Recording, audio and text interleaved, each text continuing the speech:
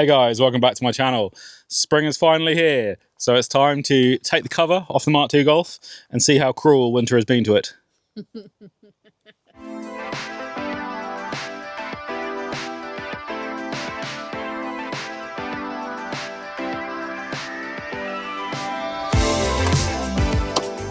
Oh my god! So that might have been a slight overreaction, but we do have a little bit of mould. There's some here, here, here, here, and a little bit of bird poo somehow. So I'm going to take this box of 35-year-old wiring and bring this Mk2 Golf into the 21st century. Does that maths work? What I'm going to be doing is replacing the keep fit windows.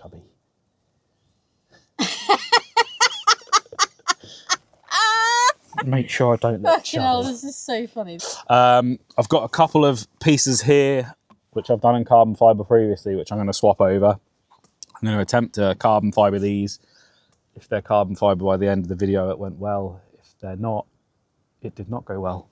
I'll be replacing my manual wing mirrors with electric wing mirrors because I'm still on the fence whether I'm going to go for a Mk2 Golf dash or not. I know for the purists, they're probably screaming at the TV saying, don't do it. Don't you dare do it. People hate it. Why? They just hate it. I hate it. They love the Mk2 dash. So do I love the Mk2 dash. Right.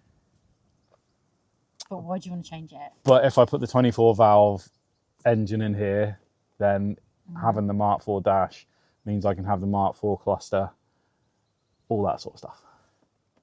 But if you're getting one of those gear shifters, That'll fit. It'll fit. You don't need to change the dash. No, I don't need to change the dash for that.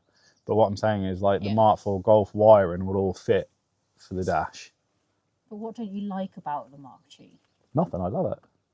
So leave it as it is then.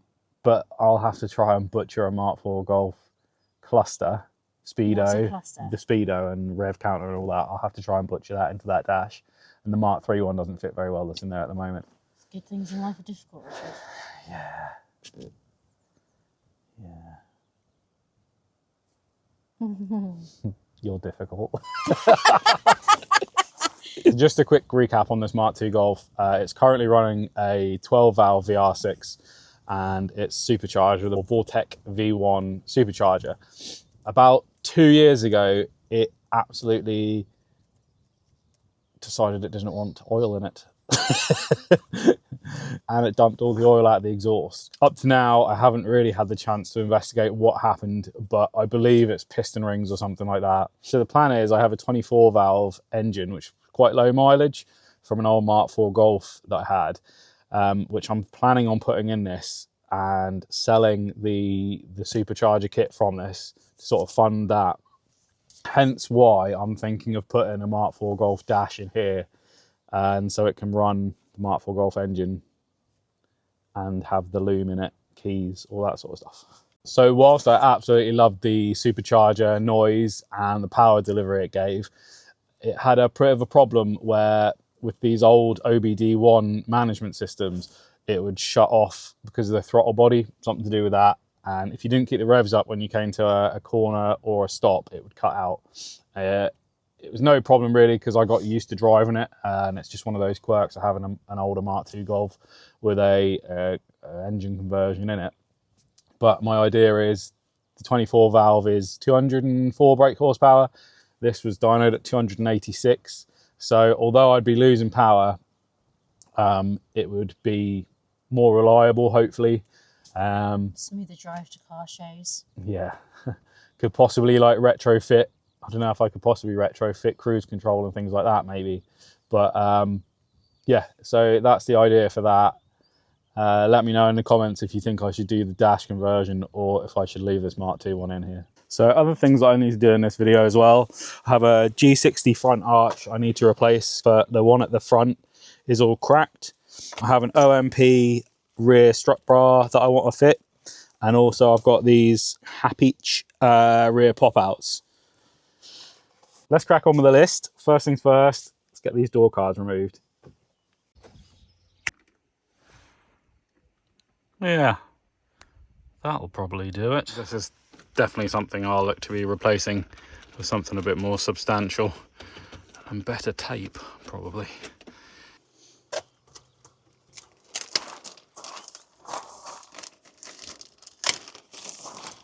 So actually, the first time I probably had this door card off. So we'll just remove that.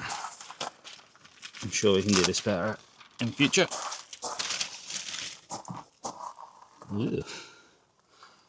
Sound deadening has seen better days here. So I know this car has had a paint before. Sound deadening's all, if you can really see that. So the sound deadening's all peeling off. I'll probably redo that because I've got some better stuff. Dynamax, I think it's called. Right, I'll just put the camera down and rip this off.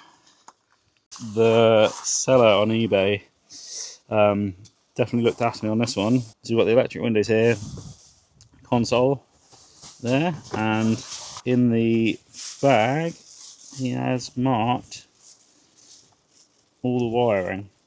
So I'm 100% sure if you own a Mk2 Golf, you know how to take off the door cards.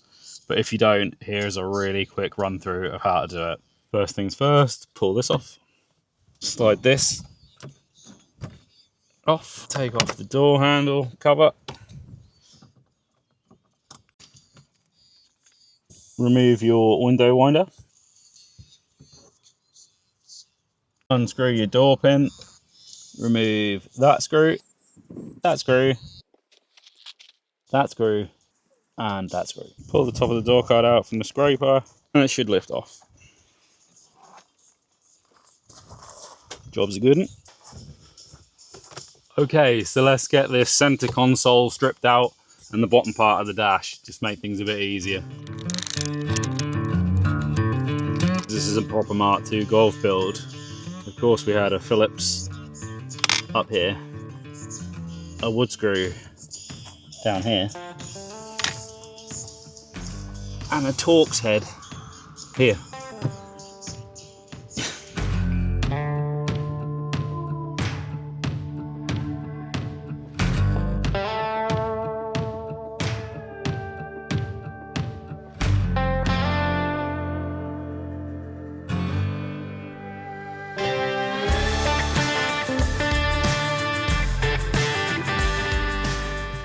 So there we go, that is all the lower dash taken out so we can access the fuse box. And I think this pretty much sums up Mk2 Golf ownership right here. 10% driving and 90% just stripped to bits, wondering where these extra screws came from. So here's the wires for the motor. So I need to go driver's motor, and then we've got all these bits here, and then this will run across to the passenger door motor there, and then we've got the two for the switches. First things first, I just need to put this ground onto this ground here.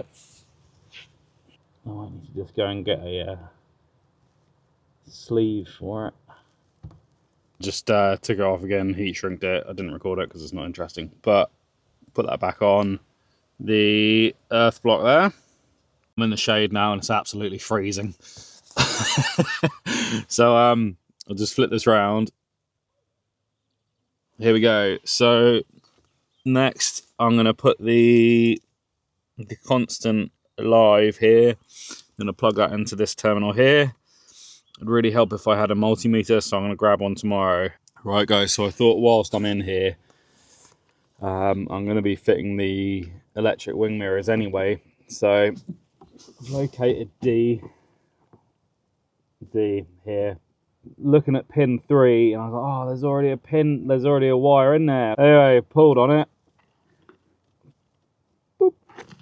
And it's just been cut. So for the heated wing mirrors, obviously I've already got a pin in there, which is good, so I don't have to repin any wires. So yeah, I can just cut the ends off, whichever one of these is for the heated wing mirrors, and then just splice it onto that one, which is good. So I need to work out of these two, I've got a white and green wire, and I've got a black and yellow wire. And then obviously the earth will go to that earth block there. So yeah, I just need to work out between these two which is which, and then cut the end off, splice it onto that one, and then we're all good. So that escalated quickly, as always goes with these Mark IIs, I suppose. There are literally just cut wires everywhere, spliced wires, new wires, wires which should go places that don't, and then like, what are these? These are just hanging here.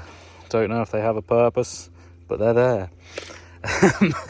So basically what I've had to do is very dodgy. Hopefully this this works and it doesn't mean that the car is just going to burn down, but D11 already had something in it, and it went from D11 up to the green connector block on the top, this one here. So the middle block, it went to here, this one. So I don't know if you can see, that black wire comes from the bottom down there, comes up here, splits into two wires. These were taped together, so it looked like it split into two, and then this one goes into the middle block here, this middle block. So I took the tape off and it was just cut. So what I did was just got that one, popped that on there, and the mirror worked. It moved slowly, but it moved. So what I'm going to do is I'm going to take this wire and this one, and everything else is spliced in here, so I can't see why it would matter if I splice that. Hopefully it won't cause the car to burst into flames. So I might have fooled you all, but I'm not the most electrically minded person, so tackling this is a bit of a, okay, it's really basic, it's Mk2 Golf, and everyone makes out they're like the easiest thing to work on ever, but if you're not the most electrically minded person like me, it's a bit of a head scratcher. But someone reached out on Facebook when I asked a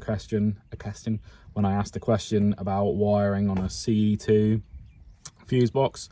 So like massive help. They showed me this site here, which is A2 Resource, and it has like all the terminals and things and where stuff goes and where it should go into the back of the fuse box, etc. So if you're like me and struggle to read the back of a serial box, this actually makes it really simple. I'll just leave this on the screen for a minute. Oh, yeah. Oh, yeah. Nice. Right, let's get back and wire this stuff.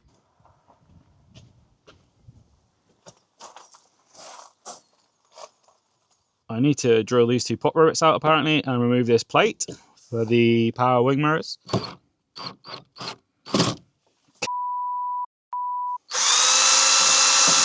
Any minute now. Turns out drilling one-handed is actually impossible when the pop rivet is not flat and level. So they've been drilled out. Let's take this off, this nut, and then it should just, yeah, pop out. If anyone wants to buy one of these, it's mint condition. So that's out. These three screws, and we'll fit the new one. All the suspense. Get in there. There we go.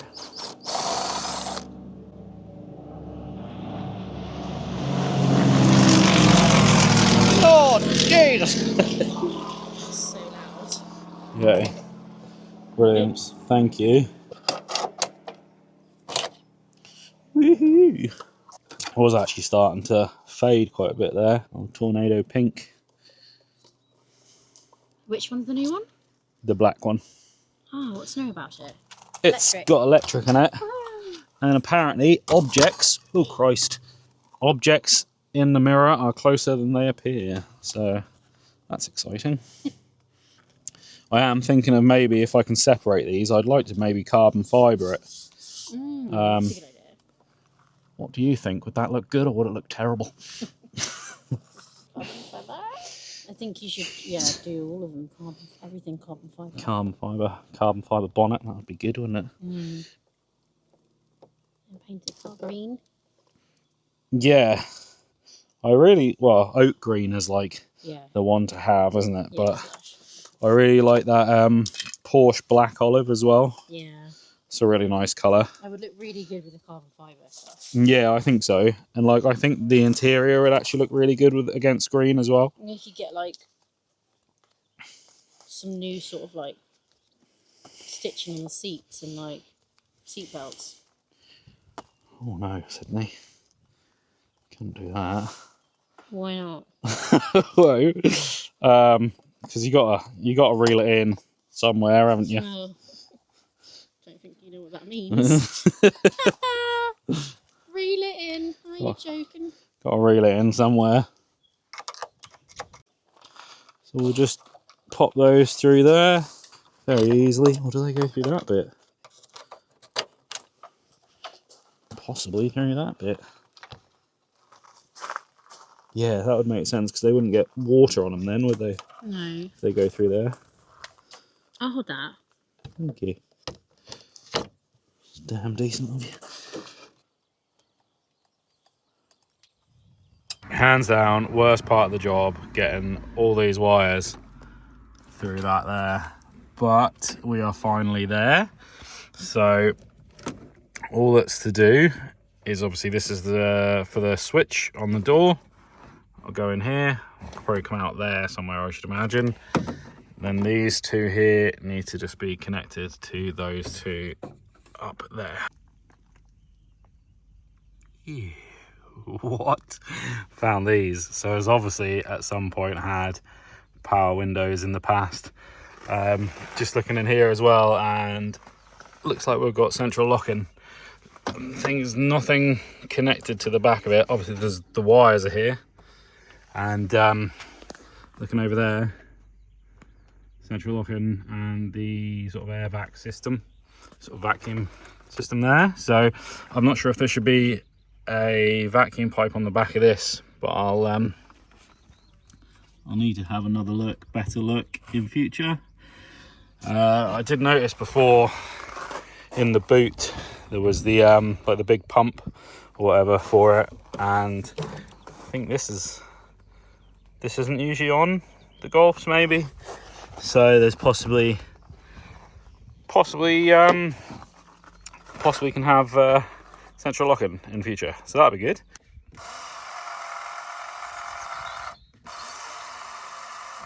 Yeah, buddy.